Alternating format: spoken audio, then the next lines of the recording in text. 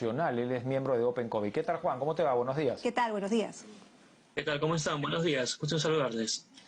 Hace un rato mencionaba una estadística que, si no me equivoco, brindó el ministro Ugarte, que señalaba que los mayores de 50 años ya hay mucho menos contagios. Esto tiene que ver con la vacuna.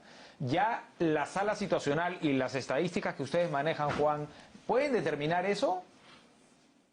Sí, en efecto, así como se veía observando ya en 80, 70, 60, también ya se viene observando en el grupo de 50 a 59 años. Y si nosotros los miramos, digamos, desde la causa, que son en este caso los contagios, los casos confirmados, vemos que el grupo de 50 a 59 años, desde el máximo pico en esta segunda ola en abril a la fecha, hay una reducción de casos de más allá del 80%.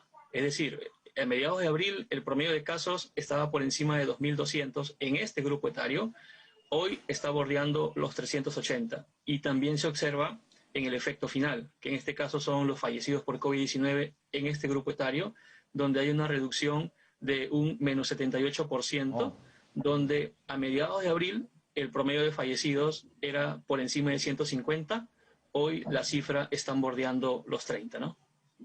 Ahora, efectivamente hay resultados que pueden ser alentadores y estamos en pleno proceso de vacunación, que también es alentador, pero también se habla en paralelo de una posibilidad de una tercera ola que ya le hemos visto en otros países y claro, Perú no tendría por qué ser la excepción.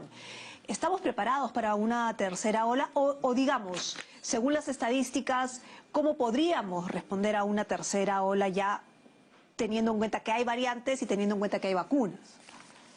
Sí, en efecto. Mire, recordemos que en abril del 2020, cuando recién empezamos el tema de la pandemia en el país, ya Europa vivía su ola, ¿no es cierto? En enero, febrero.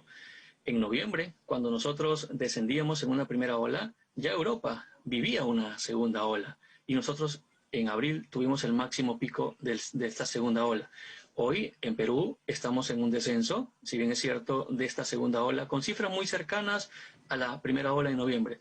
Sin embargo, como usted lo refiere, hay países ya, como el Reino Unido, que inclusive ellos tienen una tasa de vacunación de cerca del 60% de su población totalmente vacunada, pero hoy están en una segunda o una tercera ola muy pronunciada.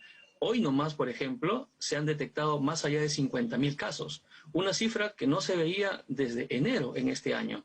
Y sin ir muy lejos, también está pasando en Israel. Israel, que tiene una tasa de vacunación por encima también del 60% de su población, lentamente se está viendo una crecida de casos. Hoy, por ejemplo, se han detectado cerca de 1.000 casos que no se veía hace 2 meses atrás. Entonces, esto nos debe llamar a nosotros como país a ver el foco, a ver el ojo de lo que está pasando en otros países. A bien gracias, hoy en el país, si bien es cierto, tenemos una mayor cantidad de plantas de oxígeno, por encima de 300, hay una mayor cantidad de camas UCI. Hoy estamos vacunando, pero sí necesitamos, en todo caso, acelerar un poco más el tema de la vacunación con grupos etarios menores, ¿no? En este caso, como hoy se está haciendo de 40, e ir bajando rápidamente con 30 y los jóvenes sobre todo, ¿no? Claro, que están desesperados por salir, ¿no? Ayer veía en las redes sociales varias amistades, ¿no? Que ya están, pues, ya para ellos no hay pandemia, ¿no? Son los que están desesperados por salir. Ahora, me sigue generando mucha duda, digamos, esto del contagio, ¿no? Porque claro, Israel probablemente y en Asia no hubo tantos contagios, ¿no? Entonces, claro, por más que hay mucha vacuna de pronto, un gran grupo no se contagió, que es el grupo que está cayendo ahora. Y yo no sé si algún día se podrá hacer un estudio sobre eso, ¿no? ¿Cuántos peruanos nos hemos contagiado? Y si el recontagio, la cifra del recontagio es alta, ¿no? Sí, es un tema muy importante que está pendiente desde finales del año pasado con respecto a los estudios de seroprevalencia. Hubieron estudios en Lima y otras regiones del país, pero en enero de este año se quedó estancado. Claro.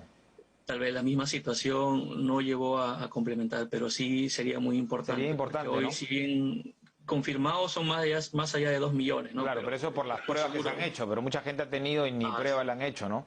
Correcto. Y ahora, claro, eso se echó por tierra, entiendo también, Juan, por las reinfecciones, ¿no? Y ahora pues por la variante. Entonces, pero también se podría hacer un estudio ya si cuánta gente se ha reinfectado, ¿no? Si esto es tan determinante, ¿no? Sí, por supuesto que sí. Son estudios ya pues que en este caso competen al INS, ¿no? O al mismo Ministerio de Salud, porque otros países lo hacen, ¿no? Y tienen inclusive una mayor vigilancia genómica para poder detectar, por un lado, el tema de las variantes y por otro lado también el tema de las reinfecciones, ¿no? Ujú.